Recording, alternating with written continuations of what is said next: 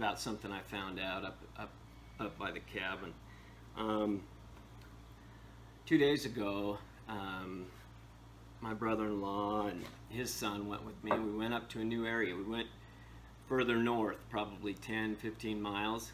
And the crazy thing is, it was really green, and I'm gonna put some of that video in here. But there was absolutely no sign, not even a lean. There was nothing, and most of the trees were good. There had been no bark beetles in there or anything, but there still were a few fallen trees and some dead ones, but there was nothing built anywhere around them.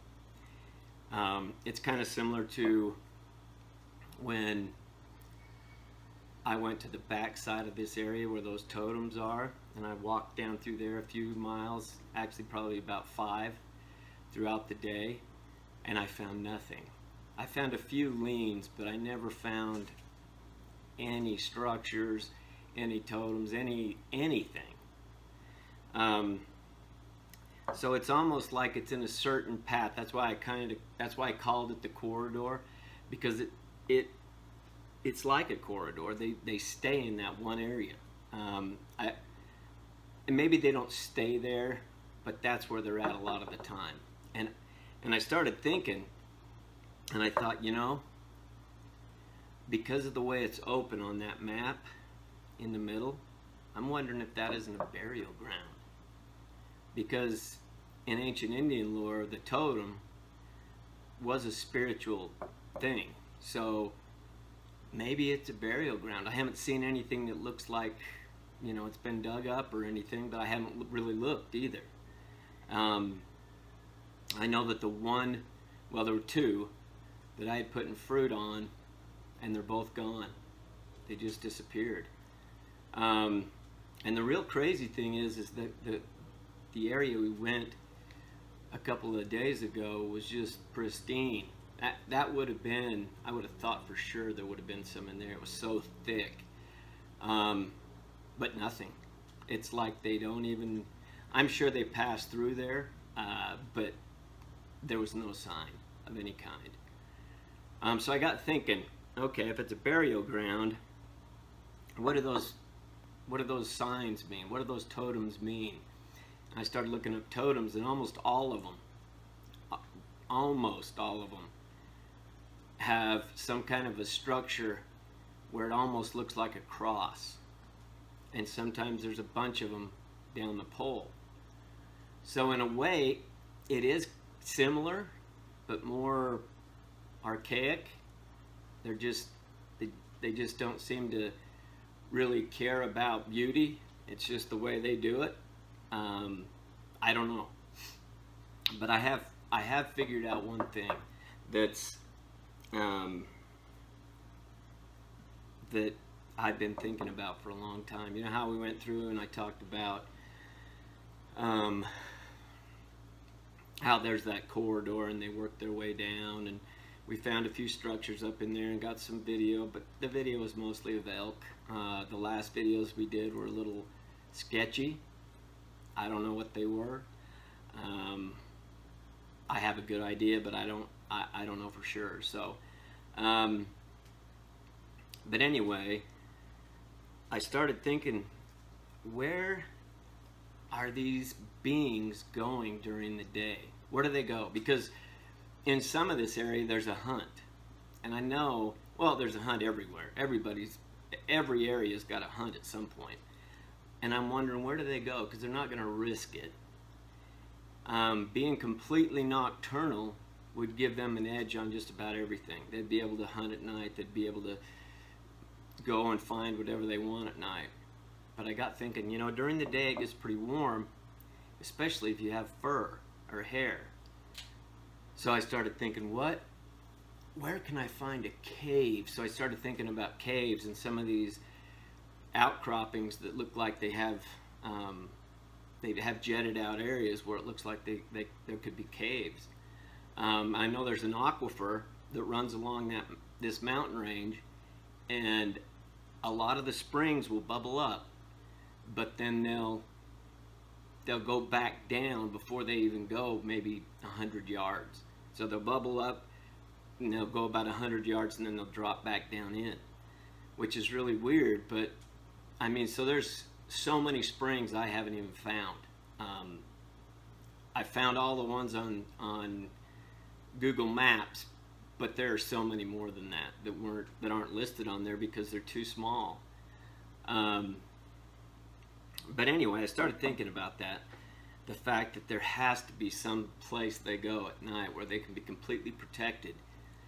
And sometimes I'm sure they get caught and don't make it back to their lair or whatever it is, and they just hide out under trees or bushes or, you know, whatever they've built to get them through the night. With all the game that's in this area, they would have a complete domination over. That's part of the reason there's so many mountain lions, because there's so much game. But if they are completely nocturnal, they could just walk up and take a deer or elk, because in the middle of the night they become immobile. They just pretty much stop. I mean, they can run, but their biggest problem, or their biggest predator, is a mountain lion. And a mountain lion at those certain times of night isn't hunting either. So anyway, I got thinking about that and I thought, okay, I need to find a cave.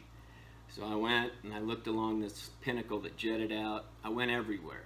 And 2 days ago, when I was driving back home, I started thinking, okay, I need to get the Google Earth and a good topo map and plot some of this area that I've gone through.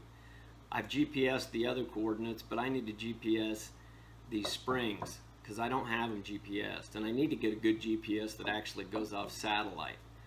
But anyway, saying that, I started looking at the maps, and just like a right cross across my face, there are 1,000 mines. And I mean, across these mountain ranges and up and down, there's hundreds, maybe not quite thousands, but there's hundreds of empty mines that nobody uses them anymore. So I started looking and was trying to find which ones are still open and which ones are closed. There's a guy that runs cattle up there, and I talked to him. I'm not going to say his name or anything, but I've talked to him. I had to call him the other day because my well's been suspect. For some reason it froze during the winter, and I've got to get it fixed. Anyway, I was talking to him about those mines, and I asked him, well, which ones are open, and can you pan gold? You know, I was kind of interested to see if I could pan a little gold, and he was talking about the tailings, and a lot of them had gold because the old prospectors, they just wanted nuggets. They wanted to get their money quick and go. But that's not why I'm saying this. Anyway, I started asking him, are there any open? And he's like, what do you mean open? He says, none of them are being used. I said, are any of those mines, can you have access to get into them? And he gave me a list of the ones that would. I wrote them down anyway. And a lot of these mines, and this little thing I'm going to show you in a minute, this little topo handwritten thing that I made up, I'm going to show you where they are in relation to altitude. And then I didn't even think about these mines. These mines have air shafts. They have everything one of these Sasquatch could want. Everything. They could go out, hunt during the day, get anything they wanted, and take it back into that mine. And as a matter of fact, it's not one mine. They could have mines lined up all the way along the mountain range, and they could just hunt depending on where they wanted to go. It's just, it's unbelievable that I didn't think of it sooner. But I was so focused on one thing. And anyway, I couldn't sleep thinking about it because I can't believe that I didn't think of that before. The fact of, well, I'm not going to go search in the caves for them because that's just not going to happen. But what I might do is find an area or a mine that has a tree line fairly close, and I might set up some trail cams there. I mean, I know they don't like trail cams, and I know they avoid them like the plague. But you never know. I mean, set one up in one area where, especially over there by those totems, which they seem to be occupying that area quite a bit. If it isn't a burial ground and it's just more of a sacred ground, then, you know, I'm sure the mines that are close to that are going to have, you know, sign in them. And I might go in a little ways, but I'm not going to go way back. There's no way. It just wouldn't happen. But anyway, I started thinking about that, and I started looking at these topo maps, and I started seeing mines. Okay, the big mines are on the map, but the smaller mines aren't. And so I started using Google Earth, and I started to find these smaller mines, and they're everywhere. Everywhere. I can't believe how many of those that they had. There must have been a lot of gold in this area at some point. Anyway, or silver. They mined gold and silver out of here. So anyway, once I realized that's what they were doing, I would bet 99% that's where they're going at night. There's no reason they wouldn't, because they haven't been used in probably 100 years, or at least 60 years, worst case scenario. So they're just vacant caves that anybody could find their way into. Some of them are closed off. Some of them have been the bigger mines that's on the map. They've been covered up, or they put bars across it so you can't get in, or whatever it may be. But a lot of the smaller mines, they never did anything with them. They figured they're far enough up in the mountains that nobody's going to go up in there and fall in one, so they don't worry about it. But anyway, I saw that, and I started to think, holy crap, maybe if there's more than one or two of those open mines, that's what they could be doing. And when I came to the conclusion that there's hundreds of those open, I thought, wow, this is what it's all about. And so I'm going to try to go up closer to those and find out if there's sign there. Because if there is sign there, awesome. And I'll take you along, but I'm not going to go in the mine. Just telling you that right now, that's not going to happen. Because I'm not nocturnal. Anyway, I'll show you this map and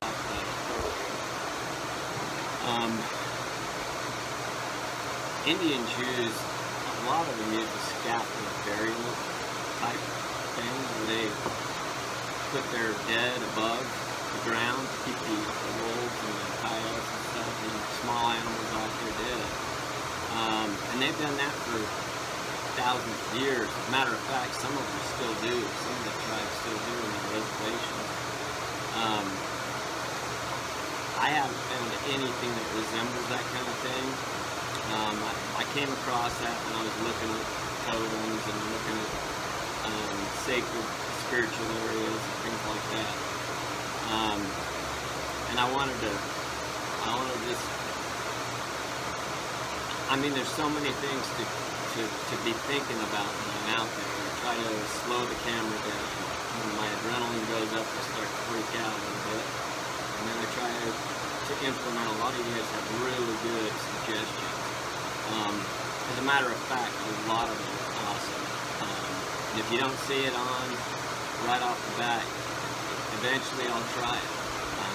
It might take a little while, but I will. Because the whole goal is to get video of Sasquatch. And it's going to happen at some point. I might have to do a night trek or something like that, or I don't know. But I need to do it. I'm actually starting to feel a little bit better. I'm not nearly as spooked as I was the night that that scream came. So I think I could do it. I I'm not doing it alone, but I think I can do it. Even when I'm out trekking around and I have a gun, I mean, it gives you peace of mind just for the fact that if you need to, you can shoot warning shots. Warning shots seem to work a lot of the time, unless they've chosen you as a sacrifice or whatever. They want to eat you, or they want to hurt you because you're in their area. But I do think if you have a gun, I think shooting them is a terrible idea because there's always more than one most of the time, and you're not going to make it out of there if you shoot one. So yeah, warning shot. You know, it gives me a lot of peace of mind when I'm out there hiking around. I won't go without one. I've taken my dog a few times, and she's cute and everything, but they get so sidetracked on smells that it's hard to determine anything from the dogs. And the way I look at it is, dogs are good in a lot of ways. You know, if you want to, like, train a lion, you're going to use hound dogs, and they can smell everything. The problem is, Sasquatch know what they can smell. They know exactly what a dog can do. And when they see one, most likely, unless they're a juvenile, they're going to try to get away as far and as fast as they can.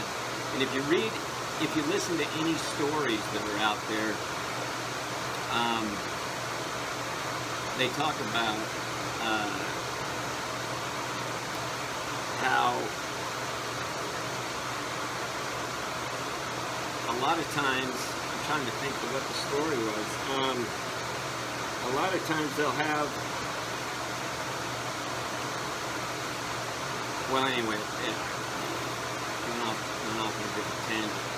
But anyway, I think dogs can be beneficial if you're by yourself and you don't have a gun. I think they'd be good. I don't know that you'll ever see one with a dog. You may. I don't know. I just felt like when I had my dog, there's a lot of different feelings to it. I'll show you the map. This is my horns once they're all the way down, finished. They've got that natural look. I'm gonna make a nice piece of wood to put the head on and tack it down and put it in the cabin. Anyway, I went out and I found this old, it was an old trailer on some property we just barely purchased. It's pretty close to the cabin, and on the way through there I found all this stuff. I mean, there's pottery there, pottery shards, some kind of blue weird glass. That's an arrowhead that's been worked on. Arrowheads. These are grinding stones. That's pretty cool right there. That bigger one's a grinding stone as well. And then some of these old axle grease can. These are old pieces of heavy metal. And then also, these are just some knives I made. I thought they were pretty cool, but they're pretty nice. Skin knife or whatever. Anyway, this is my map. Okay. This is the mountain range. A legend right there. Open mine is an asterisk. Okay, and the 1 square mile. Okay, 6,800 feet. These are the altitude. It's about 9,000 feet at the top. But these mines right here are all really close and they're open. And so that's what I was talking about when I said we could go in, or they could go in after hunting into any of these. This is just one mountain range, probably 5 miles wide, maybe more, 10 miles, 20 miles wide. But there's that many. And then where we're over here, I haven't put that one on, but there's mines all the way down that. So anyway, I thought this was really cool. So I don't know if I showed you that little, that's weird. And there was this little, I'm not sure what that was, but anyway, that's my map. I could have done a little better job, but that's pretty close. Anyway, I was going to finish talking about those mines, and the way most of them are is they're in the side of a hill, so they go straight back, and there's air pockets that come down. They've dug their air holes and air shafts, so they've got that capability to go in and to go as deep as they want. They probably don't go too deep because I'm sure it's not made for their height, but usually a man can walk plus 2 feet on top, so it very well could be they could walk through it. I want to go explore a few of them, but at the same time I don't really want to go in too far, but I'd love to see how big they are, because I know that right there, if they had that, they could do anything they wanted in this area, especially if they had more than one. If they had one every 5 miles even, you know. So anyway, those knives I had out were high carbon steel blades. I'm not trying to sell anything, I'm just saying these Mora knives are good because they're high carbon. They aren't stainless steel. I know a lot of you don't care about that, but to me it's a big deal, because anytime you have to gut or clean a deer or elk, or even if you have to, you know, whatever you need to cut, even if you're whittling, they're very sharp and they hold their edge for a long time. Anyway, on this mountain range, I tried to see if how far away that totem area is from any of these, and I haven't got that far yet, but I'll look and see the correlation between the mines and where that's at. It might just be the perfect distance, you know, 5 miles where they can just go hunt, come back, go down into the lower lands where there's a lot of berries and a lot of green, and get what they need to get, or roots. And I've seen a couple of places where it looked like they had dug. As a matter of fact, one of the sightings that was up there was somebody saw one digging in an old root cellar that was from those mines, a little village from those mines, and that was in 2007.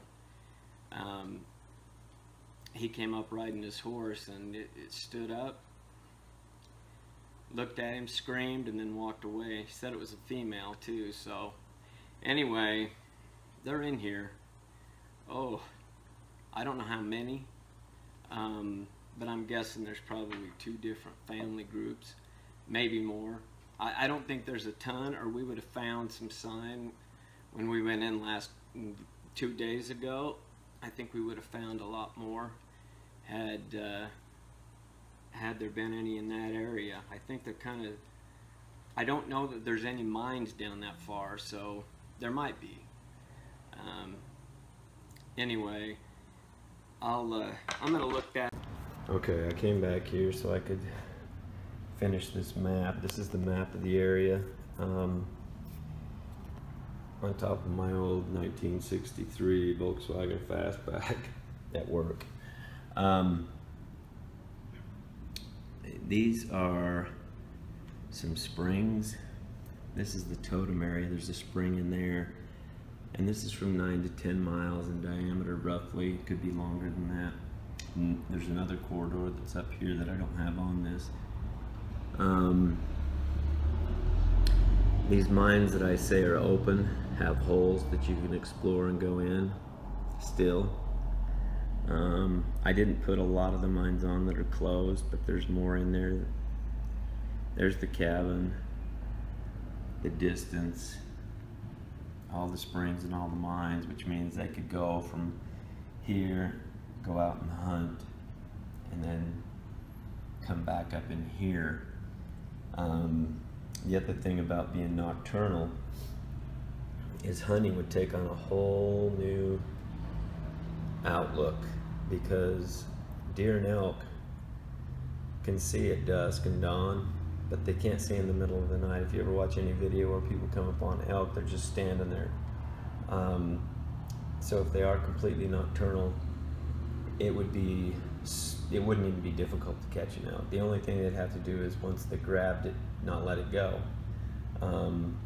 But they could sneak that easily up on one. However, in other areas where there's a lot more foliage on the ground, like rainforest or high mountain forests that have a lot of shrubs, they wouldn't have this luxury of sneaking up, because the deer would hear them. They'd hear what they were doing. So anyway, this is my theory, and I can't believe it didn't come to me sooner. But anyway, I'm going to try to get back up there and get another video going here this week. But this kept me up at nights a couple of nights in a row.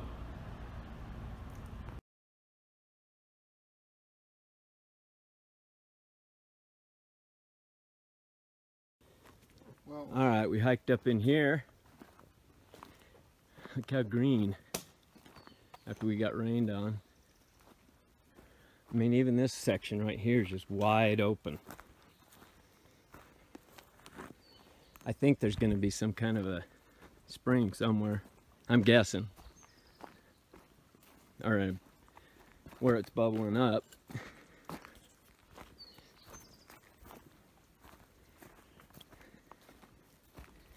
This game trail over here is really highly used. Right down through there. Walking through here. I know. This is really, really crazy. You know, I've never seen anything like this up here. There must be a lot of water. Oh, all right, that's enough.